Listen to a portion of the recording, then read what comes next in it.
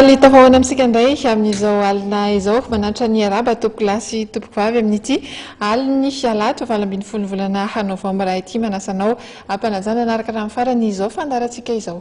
Miarabanao mbola miarabany koa tsika rehetra mpakafy fanatanjahantena izay mpanaraka ny matv amin'izao alina izao nitolon'ny baolina kitra sy ny taranja baolina lavalava ny tena vaovao lehibe isongadina amin'ity hariva ity eo ihany koa ny azakazaka fiarakodia. Ya anboatsika azy ny taranja baolina kitra norombahan'ny AS-Adema ny anaram-boninahitra tompon-dakan'i Madagasikara ny THB Champions League zany tamorinan'ny andro fahatelo farany tao anatin'ny dingana farany ny poule des as izay nitotosaina tetsy amin'ny Kianjany Mahamasina dia ndravahatsala iray noray ny ekipan'ny AS-Adema sy ny Kinaps Sport isa iray izay nandro ampy nandrombahan'ity ekipa ity izay anaram-boninahitra izay teo amin'ny lalao faharoa androany kosa fasaingy nolalovina voalohany dia mbola nivoaka nandresy ny tana formation raha niona tamin'ny ekipa ny Kosva.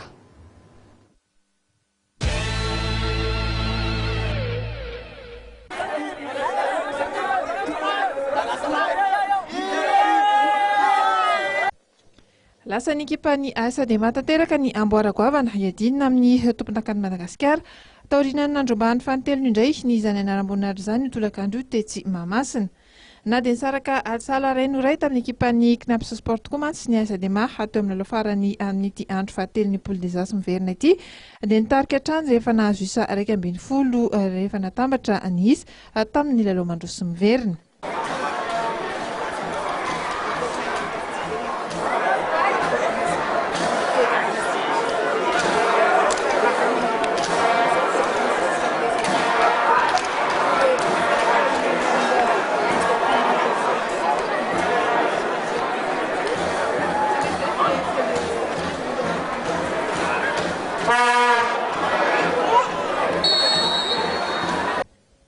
Ny alohan'ny fialan-tsasatra dia efa nitarika tamin'isa iray no aotra ny ekipa ny Ivato aorianan'ny baolina tafiditra Lom no sahalan'ny ekipa ny Tasy tamin'ny alalan'ny Tovo izany teo amin'ny fidirana faharoa.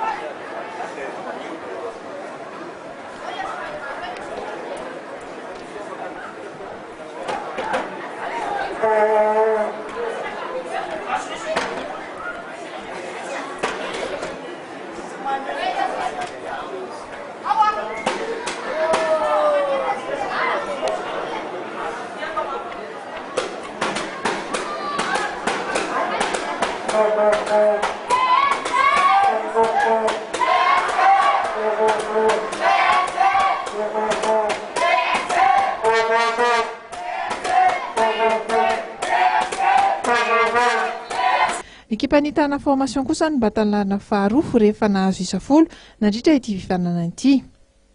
Ny tana formation izay mbola nandresy ny ekipa ny Kosva ihany tamin'ny isa 3 noray teo amin'ny lalao voalohany marena fa dia nahay nanarina ny tsy fanomezana azony tamin'ny fidina voalohany tany mahajanga ity ekipa ny tana formation ity satria dia fandresena telo tamin'ny lalao telo no azon'izy ireo.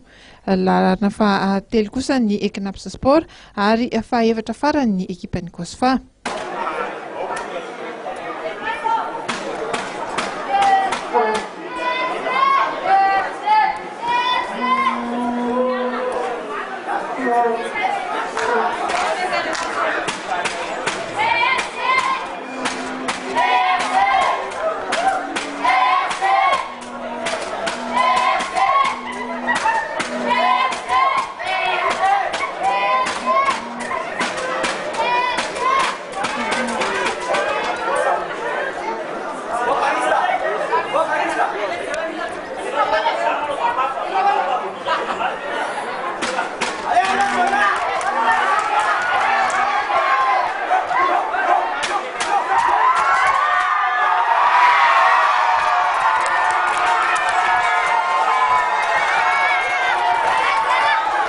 Akoatra ny amboaragoavana moa dia samy nanotra lela vola mitetina 5 tapitrisa ariary avokoa ho an'ny ekipan'ny AS-Adema ny FMF sy ny Orinasa Star tamin'ny alalan'ny THB.